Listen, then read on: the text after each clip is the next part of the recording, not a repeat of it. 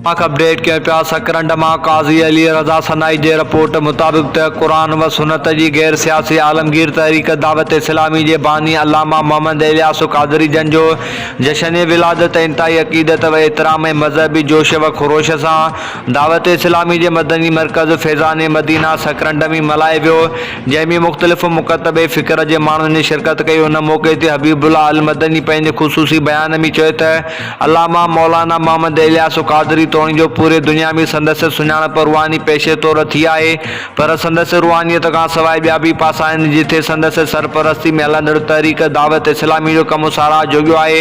ख़ासि करे FGRF जे platform तां संदसि फलाही कमनि मां हज़ारी माण्हू फ़ाइदो हासिल करे चुका आहिनि।